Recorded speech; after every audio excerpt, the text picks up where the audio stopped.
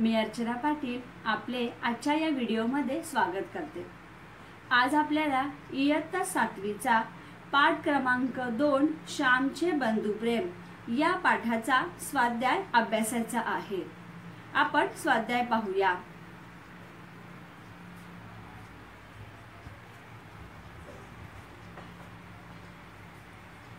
प्रश्न क्रमांक 1, खालील प्रश्नांची 1-2 वाक्यात उत्तरे लिहा। इसका अर्थ होता है नीचे हमें जो प्रश्न दिया है उसका 1-2 वाक्य में उत्तर लिखना है। नवीन पाऊस सुरू होण्याचा मातीवर काय परिणाम होतो। इसका अर्थ है जब नया बारिश शुरू होता है, पहली बारिश शुरू होती है, तब उसका मिट्टी के ऊपर क्या परिणाम होता है। उत्तर, नवीन पाऊस सुरू झाला की भिजलेल्या ओल्या मातीला एक रम्य सुंदर गंध येतो। नवीन पाऊस शुरू झाला कि जब पहली बरसात शुरू होती है, नया पाऊस शुरू होता है, तब मिट्टी पूरी भीग जाती है। तो भिजलेल्या ओल्या मतलब पूरी मिट्टी भीग जाती है, तो मिट्टी में से एक सुंदर खुशबू आती है। श्याम ने कोणता निश्चय केला होता। श्याम ने कौन सा निश्चय किया था। उत्तर, धाकट्या भावाला नवीन कोट किंवा सदरा शिवून न्यायचा असा निश्चय श्यामने केला होता। श्याम मतलब लेखक ने कौन सा निश्चय किया था कि छोटे भाई को नया कोट या सदरा सिलकर ले जाना है, यह निश्चय उसने किया था। लहान भावाला आईने कसे समजावले। छोटे भाई को माँ ने कैसे समझाया। उत्तर, तुझे अण्णा दादा मोठे होतील, कमवायला लागतील, मग तुला 6 महिन्यांनी नवीन सदरा शिवतील। आता हट्ट करू नको असे आईने लहान भावाला समजावले।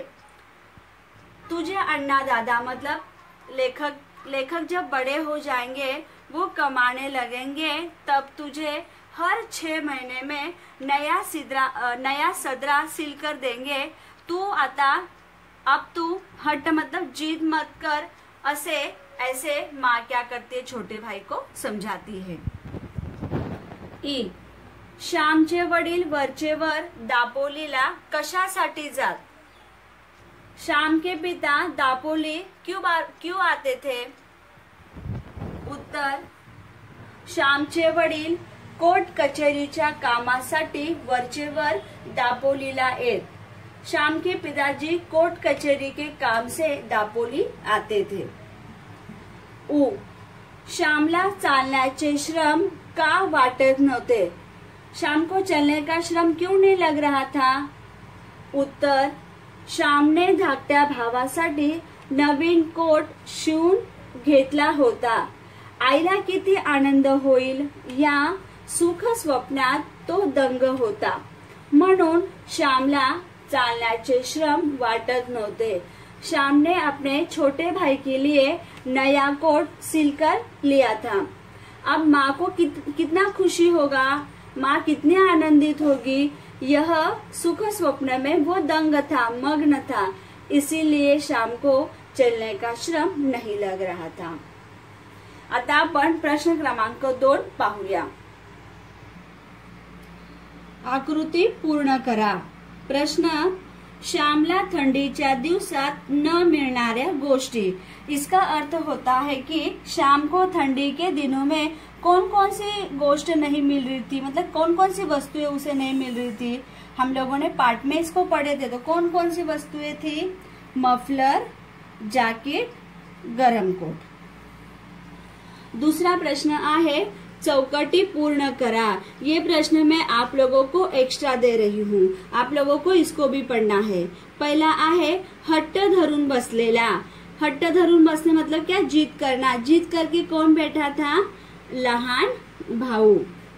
दूसरा, याचे बंड माजले नव्हते। उत्तर, कपड्यांचे। 3, ठंडीच्या दिवसात याची चौघडी गळ्यात बांधायची। मतलब ठंडी के दिन में चौघड़ी मतलब क्या, 4 घड़ी गले में बांधते थे। तो किसकी, धोतराची। आता आपण प्रश्न क्रमांक पुढचा पाहूया। आकृती पूर्ण करा। श्यामने आणलेला नवीन कोट बघून त्यांच्या आई वडिलांच्या मनात निर्माण झालेले प्रश्न। श्याम जब नया कोट लेकर आए थे तब उनके माता पिता के मन में जो प्रश्न निर्माण हुए थे वो हमें लिखना है। पहिला, हा कोट कोणाचा? मोरू जोशाला द्यायचाय का? कापातल्या मुक्याने पाठवलाय का? ये सारे प्रश्न आई के मन में निर्माण होते हैं। दूसरा, पैसे कोठले? कोणाचे कर्ज काढलेस का फीचे दवडलेस? आपने कहाँ से पैसा लाया था? किसी से कर्जा लिया क्या या फी का पैसा खर्च किया है क्या? ये सारे प्रश्न उनके मन में तैयार होते हैं। तीसरे, कोणाच्या पैशाला हात तर नाही लावलास? उधारीने शिव नाही ना आणलास? उनके मन में ये भी प्रश्न आता है कि किसी के पैसे तो आपने नहीं लिया है या तो उधारी में तो आपने सिलकर नहीं लाया है। आता आपण पुढचा प्रश्न पाहूया।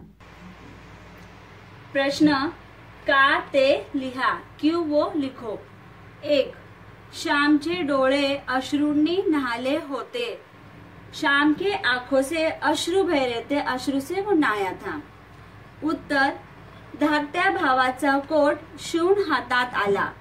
जवळच्या पैशात सारा खर्च भागला। आपण केलेला निश्चय पूर्ण झाला म्हणून श्यामचे डोळे अश्रूंनी न्हाले। छोटे भाई के लिए जो कोट सिलने का था वो सिलकर तैयार हो गया था, हाथ में आया था। पास के पैसों में पूरा खर्चा पूर्ण हुआ था। लेखक ने जो निश्चय किया था वो निश्चय पूर्ण हुआ, इसीलिए श्यामचे डोळे अश्रूंनी न्हाले। 2. श्याम ज्यांच्या घरी राहायचा त्यांनी त्याला जाऊ नको असे म्हटले। श्याम जिनके घर पे रहता था उन लोगों ने उसे जाओ मत ऐसा कहा। उत्तर, भर पावसात नदी नाल्यांना पूर आले असतील, पर्यांना उतार नसेल म्हणून श्याम ज्यांच्या घरी राहायचा त्यांनी श्यामला जाऊ नको असे म्हटले। इसका अर्थ होता है कि भर पावसात मतलब बरसात की दिन है तो नदी नालों में पूर आया होगा। पर्यांना उतार नसेल, बहुत सारा पानी उसमें भरा होगा, म्हणून इसीलिए श्याम जिनके घर पे रहता था उन्होंने श्याम को जाओ मत ऐसा कहा। 3. पिसईचा पर्या दुथडी भरून वाहत होता। पिसईचा पर्या दुथड़ी मतलब दोनों रास्ते से मतलब दोनों साइड से भरकर बह रहा था, दोनों बाजू से। उत्तर, भरपूर पाऊस पडत होता व पाण्याला फार ओढ असल्यामुळे पिसईचा पर्या दुथडी भरून वाहत होता। जोर से बरसात हो रही थी और पानी बहुत जोर से बह रहा था, इसीलिए पिसई का पर्या दुथड़ी भर के बह रहा था। 4. श्यामने सांगितलेली हकीकत ऐकून आईला गहिवर आला। श्याम ने जो हकीकत बताई, जो बात बताई वो सुनकर आई को गहिवर आया। उत्तर, श्याम ने खाऊसाठी दिलेले पैसे खर्च न करता धाकट्या भावाला नवीन कोट शिवला होता। श्याम भर पावसात अडचणींवर मात करून घरी आला। ही हकीकत आईने ऐकली होती। श्यामचे हे अपार बंधु प्रेम पाहून आईला गहिवर आला। उसका अर्थ होता है श्याम को चीज खाने के लिए जो पैसे मिले थे वो उन्होंने खर्च नहीं किया, अपने छोटे भाई के लिए नया कोट सिलकर लेकर आए। श्याम भर पावसात मतलब बहुत जोर से बरसात हो रही थी, उस बरसात में अड़चनवर संकट पर मात करके वो घर पर आए थे। जब उन्होंने ये हकीकत अपने माता को बताया तब माता ने श्यामचे हे अपार बंधु प्रेम मतलब श्याम के मन में अपने भाई के प्रति जो प्रेम है वो प्रेम देखकर आईला गहिवर आला, आई का मन भरकर आया। आता आपण पुढचा प्रश्न पाहूया। आपला प्रश्न आहे, पुढे दिलेल्या शब्दांच्या विरुद्ध अर्थाचे शब्द चौकटीतून शोधून लिहा। चौकट मतलब क्या? ये वाला बॉक्स। आप लोगों को क्या करना है, ये जो शब्द दिए गए हैं इन शब्दों का विरुद्ध अर्थ शब्द चौकट में से ढूंढकर आप लोगों को लिखना है। तो सबसे पहले आप लोग क्या करोगे, ये जो शब्द दिए गए हैं इन शब्दों को आप लोग लिखोगे। जैसे यहाँ पर लिखा गया है वैसे ही आप लिखोगे। आप अपनी बुक में एक के नीचे एक भी लिख सकते हो। अब पहला क्या दिया है, ठंड। अब ठंड, इस विरुद्धार्थी शब्द का उत्तर हमें इस चौकट में से ढूंढकर लिखना है। तो ठंड का विरुद्धार्थी शब्द क्या होगा, गरम। तो इस तरह से आप लोगों को यहाँ पे ऐसे लिखना है, एक ठंड विरुद्धार्थी गरम। अब दूसरा क्या है, सापड़ने।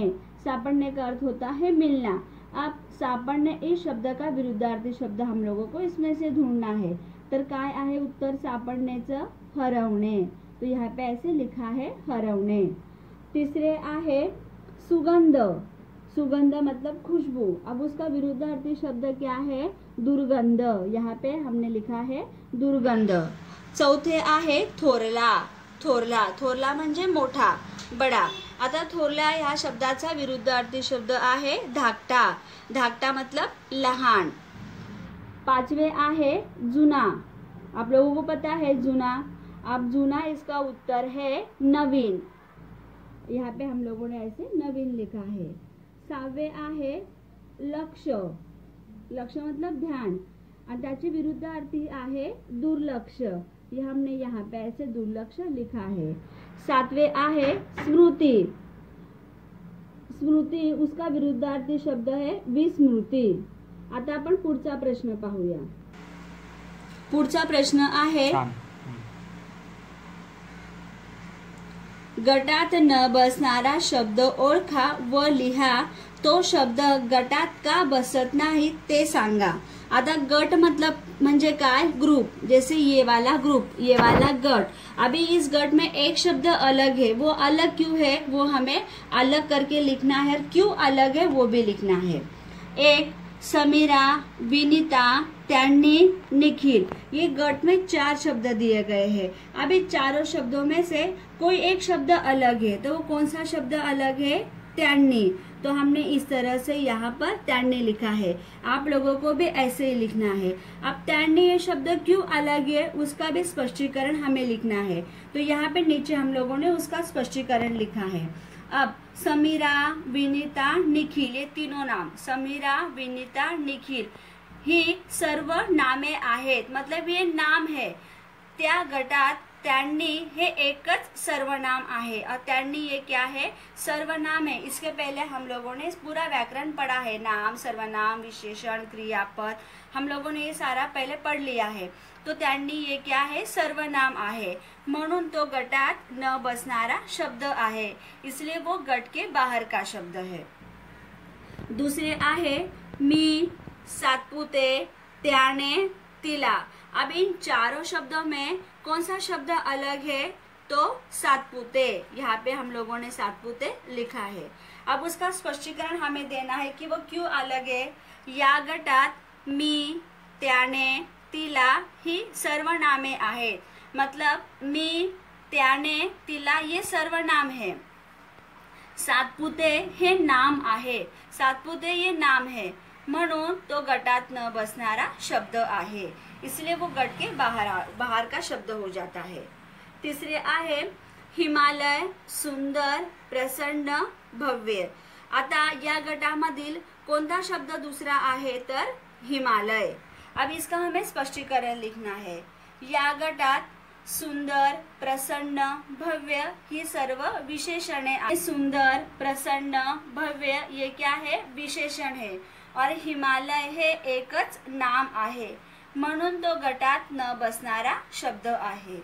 चौथे आहे लिहिणे, आम्ही, गाणे, वाचणे। या 4 शब्दामध्ये आम्ही हा शब्द वेगळा आहे। इथे आपण आम्ही लिहिले आहे। मग त्याचे स्पष्टीकरण, या गटात लिहिणे, गाणे, वाचणे ही सर्व क्रियापदे आहेत। कोणकोणती क्रियापदे आहेत, तर लिहिणे, गाणे आणि वाचणे ही क्रियापदे आहेत। आम्ही हे एकच सर्वनाम आहे, म्हणून तो गटात न बसणारा शब्द आहे, इसलिए वो गट में नहीं है, क्योंकि आम्ही क्या है, सर्वनाम है। तो अशा प्रकारे येथे आपण स्वाध्याय पूर्ण केलेला आहे। अभी आप लोगों को क्या करना है, जो स्वाध्याय हमने किया है उस स्वाध्याय को आप लोगों को आपकी बुक में लिखना है, और जिस दिन हमारा ग्रुप ओपन होता है मतलब शुक्रवार के दिन, उस दिन आप लोगों को आपका गृह कार्य अपने ग्रुप में भेजना है। धन्यवाद बच्चों, मिलते हैं हम अगले वीडियो में।